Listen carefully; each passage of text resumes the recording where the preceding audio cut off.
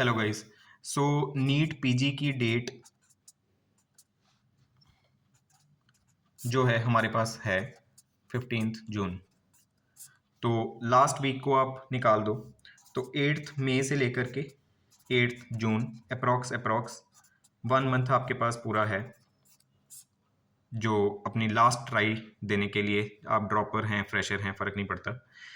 तो 1 महीना last 1 month strategy जो है वो मैं आपसे शेयर करूँगा। What works, what doesn't work, what work for me. तो आई फील ये जो लास्ट 1 मंथ है, आपने कैसे पढ़ाई की अपनी एमबीबीएस के टाइम पे, अपने कहाँ से पढ़े, कैसी कोचिंग ली, टेस्ट्स में कैसे परफॉर्म किया, ठीक है वो सब मैटर करता है एक to a some extent. But ये जो लास्ट 1 मंथ है यार, ये last 1 month can be the game changer. ये आप लिखवा के ले लो, ये this last 1 month strategy can be the game changer to get you the dream college, the dream branch, the dream place which you always wanted to go. तो 5 ऐसी strategies बताऊंगा which worked for me, which helped a lot of people. सबसे पहले, don't go for new things, short में revise. Revision यार एक ऐसा अस्त्र है जो एग्जाम में सबसे ज़्यादा आपके काम आएगा। बहुत ज़्यादा हाई प्रेशर सिचुएशन में, बहुत ज़्यादा स्ट्रेस में, जो चीज़ आपको आपको वही चीज़ याद रहती है जो आपने मल्टीपल टाइम्स रिवाइज की है, जिसका कॉन्सेप्ट आपका स्ट्रॉन्ग है, जिसको आपने दिल से याद किया है, जो आपकी आंखों के सामने से बार बार निकली है। तो एटलीस्ट 3 to 5 रिविजन्स एग्जाम से पहले अपने सारे नोट्स की। हो सकता है 1-2 आप ऑलरेडी कर चुके हो, बट एटलीस्ट 3 to 5 रिविजन्स अपने सभी नोट्स की, एटलीस्ट मस्ट नो टॉपिक्स की आप अगर कर सकते हैं, you will thank me later कि हाँ this really really help you a lot during the exam. Second जो मैं कहूँगा वो है फोकस ऑन योर वीकनेसेस। सारा सिलेबस 1 to 100 रिवाइज नहीं कर सकता कोई भी। You should be able to sort कि आपकी क्या स्ट्रेंथ्स हैं और क्या आपके वीकनेसेस हैं। हो सकता है किसी को ओबीजी बहुत मुश्किल लगती हो सकता है किसी को पीएसएम बहुत मुश्किल लगती हो, लेकिन अगर आप एक लिस्ट बना लेते हैं अपने वीक टॉपिक्स की, मान लो 20 वीक टॉपिक्स या 30 वीक टॉपिक्स, या सब्जेक्ट वाइज आप बना सकते हैं कि आपको उस सब्जेक्ट में जो इम्पोर्टेंट चीज़ें हैं, मस्ट नोज हैं, उनमें से आपके कौन से टॉपिक्स वीक हैं और उन पे आप फोकस कर सकते हैं बार बार। Again revision of the week topics, that is going to help you a lot, that is going to save you a lot of time during the exam, because वो आपको पता है कि आपका वीक टॉपिक है, आप बार बार उसको रिवाइज करेंगे, आप उसको by the end of 1 month I am sure आप उसको अपना स्ट्रॉन्ग, आप उसको वीक से स्ट्रेंथ में बदल लेंगे। तो इसलिए वीक टॉपिक्स की लिस्ट होना और उस पर फोकस करना बहुत ज़रूरी है। थर्ड है, make a list of high volatile topics. बहुत ऐसे टॉपिक्स हैं हमारे एमबीबीएस में, जैसे कि क्लासिफिकेशंस हो गई, ग्रेड्स हो गए, स्कोरिंग्स हो गई। तो ये सारी चीज़ें, ट्यूमर क्लासिफिकेशन है, कोई पैथोलॉजिकल क्लासिफिकेशन है, चाइल्ड बग स्कोरिंग है, बहुत endless, there are endless classifications, सारी इंपॉर्टेंट नहीं है। Again you can not go with 100% of the classifications के मैंने तो सारी मेडिकल साइंस की क्लासिफिकेशन जो हैं रट ली या याद कर ली। सो जो प्रीवियस ईयर्स में पूछे गए हैं आपको भी पता है, चाइल्ड पग स्कोरिंग है, ट्यूमर की क्लासिफिकेशंस है, ओबीजी के एसीओजी क्लासिफिकेशंस जिसको हम बोलते हैं, और फाइब्रॉइड्स का क्लासिफिकेशन है।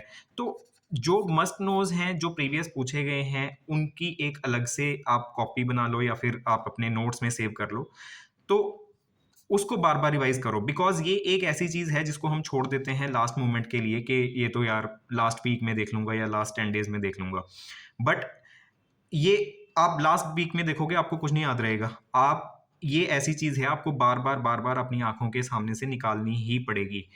तो अभी it is the right time, you have around 1 month. तो अभी से अगर आप इम्पोर्टेंट क्लासिफिकेशन ग्रेडिंग की लिस्ट बना लेते हो, you have ample amount of time to go through it. And सुबह उठ के आप इसके गो थ्रू हो सकते हो, शाम को सोने से पहले, रात को, जब भी आपका सूटेबल टाइम लगे, you are going to your coaching, आप टेस्ट दे के हटे हो, टेस्ट को रिवाइज कर रहे हो, तो this helps a lot. Because इस चीज़ का स्ट्रेस आपको लास्ट मोमेंट पे नहीं होगा कि हाँ अभी मुझे एक नई चीज़ और करनी है जो कि ऑलरेडी मेरी वीक है, कि क्लासिफिकेशंस को याद करना है या फिर अपने स्कोरिंग्स को याद करना है। फोर्थ जो है, नो अननेसेसरी टेस्ट्स। टेस्ट दो,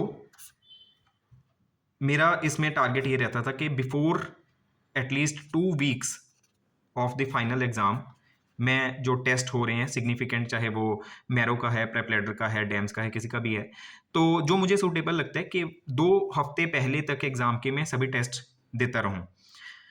तो टेस्ट देने बहुत इंपॉर्टेंट है, और उससे भी ज़्यादा इंपॉर्टेंट है टेस्ट का एनालिसिस। अगर आपको लग रहा है कि आपका भी सिलेबस ही कंप्लीट नहीं हुआ है या रिविजन्स नहीं हुई हैं, टेस्ट देने का कोई मतलब नहीं है। अब ऐसा पॉइंट पे हो आप कि जब आपका सिलेबस एक एटलीस्ट 1 और 2 रिविजन्स आपकी हो चुकी होनी चाहिए। अगर नहीं हुई तो भी कोई बात नहीं, you still have time.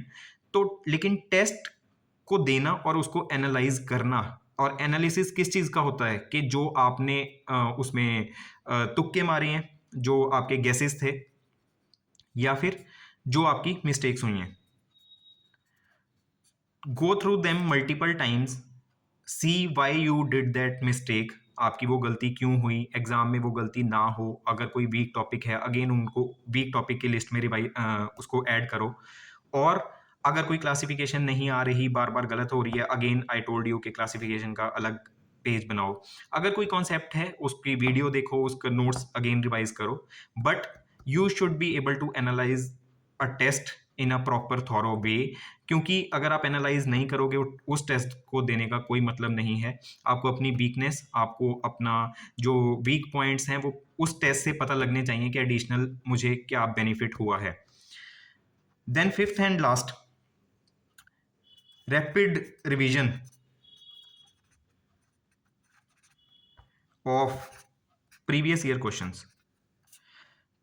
Previous year questions एक ऐसी स्ट्रेटजी है जो आपको बहुत चीज़ें बताती है एग्ज़ाम के बारे में। एग्ज़ाम का पैटर्न क्या है, एग्जामिनर की सोच क्या है, कौन से टॉपिक्स हैं जो मोस्ट इंपॉर्टेंट हैं, किस तरीके से उस टॉपिक से क्वेश्चन फ्रेम किया जाता है, कैसे ऑप्शंस के साथ प्ले किया जाता है, कहाँ पे गलती होने का स्कोप है, कहाँ पे आप कंफ्यूज हो जाते हो, कहाँ पे आप 50-50 में फंसते हो, कहाँ पे आप वन रूल आउट कर पाते हो। तो previous year questions is not only looking at a question and selecting an answer, it is उस क्वेश्चन में घुस जाना, उस क्वेश्चन का इन डेप्थ एनालिसिस करना, कि अगर बाकी ऑप्शंस हैं, अगर आपको सेम चीज़ एग्ज़ाम प्रेशर में, एग्ज़ाम सिनेरियो में आपके सामने होती, तो what would you have done, are you so sure while ticking the answer. ये सब चीज़ें और बाकी ऑप्शंस जो हैं उनको कैसे रूल आउट करना है, क्यों रूल आउट करना है। जब आप ये सारी चीज़ें करते हैं, आपके कॉन्सेप्ट्स भी स्ट्रांग होते हैं, आपकी रिवीजन भी जो है सबकॉन्शियस लेवल पे चलती रहती है। तो प्रीवियस ईयर क्वेश्चंस को लास्ट मोमेंट तक नहीं छोड़ना, किसी भी सब्जेक्ट के हों, कोई भी, एटलीस्ट फॉर 5 लास्ट ईयर्स के एटलीस्ट है। आप 10 ईयर्स के भी, अगर आपके पास टाइम है तो आप 10 ईयर्स के भी कर सकते हैं, बट मिनिमम 5 ईयर्स के आप प्रीवियस ईयर क्वेश्चन ज़रूर करके जाना। क्योंकि प्रीवियस ईयर को अगर आपने गलत किया तो that is going to cost you a lot in your ranking, in your exam marks, and it can even cost you a branch. I can tell you this, क्योंकि मेरे फ्रेंड्स के साथ हुआ है, वो प्रीवियस ईयर नहीं करते होते थे, और एग्ज़ाम डे पे कोई अगर रिपीट हुआ प्रीवियस ईयर, कोई अच्छा प्रीवियस ईयर रिपीट हुआ, and they use to do it incorrect, and गलत मार्क कर दिया, या फिर वो समझ नहीं आया, एंड जब बाद में पता चलता है कि ये ऑलरेडी क्वेश्चन आया हुआ था, इसको नहीं गलत करना चाहिए था, so it can really cost you a great rank.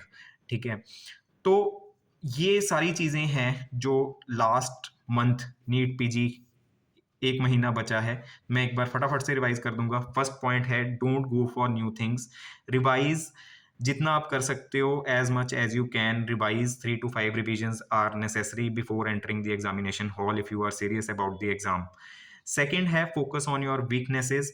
अपने एक आप सब्जेक्ट वाइज़ लिस्ट बना सकते हो कि आपके वीक टॉपिक्स हैं, क्या आपको मुश्किल लगते हैं, कहाँ पे आपका कॉन्सेप्ट्स स्ट्रॉन्ग हैं, कहाँ पे आपके कॉन्सेप्ट्स वीक हैं। Third is make a list of high volatile topics, जो भी क्लासिफिकेशंस ग्रेडिंग सिस्टम्स हैं जो इंपॉर्टेंट हैं और जो पूछे जाते हैं बार बार, उनको लास्ट मिनट पे मत छोड़ना। उनको आज से रिवाइज करना शुरू करो। 1 मंथ के बाद you will be very confident in them. उसको बार बार लिख के देखो, उसको अपने डेस्क पे लगाओ। नो अननेसेसरी टेस्ट्स, बहुत ज़्यादा देने की ज़रूरत नहीं है। If you can give 2 to 3 test per week till the last of the exam, वो पर्सनल चॉइस है, आपको लास्ट वीक में देना है, लास्ट 2 वीक्स में टेस्ट देने हैं, नहीं देने। How you take a bad rank, how you take a good rank, that is your personal opinion. But ये है कि उसमें मोस्ट इंपॉर्टेंट ये है कि टेस्ट को एनालाइज जरूर करना। जो भी टेस्ट दोगे, चाहे कितने भी टेस्ट दो, उसको आराम से बैठ के 2-3 घंटे एनालिसिस पे लगाना।